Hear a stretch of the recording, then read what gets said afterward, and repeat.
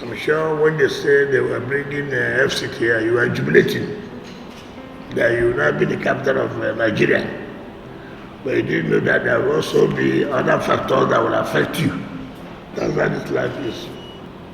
You can't have all good sometimes.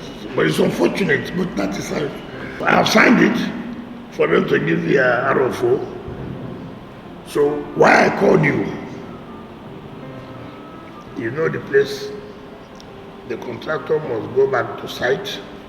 So the point I'm making is that if the road does not pass 500 meters, then government wasted money. And you, will you continue to be the right in your life? Won't that place grow? You grow. So I've told the director of settlement, go and make valuation. But the rate people are using is too small. Right? Increase their rate.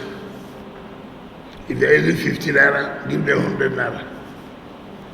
Call director to get land for them. Let the road link up.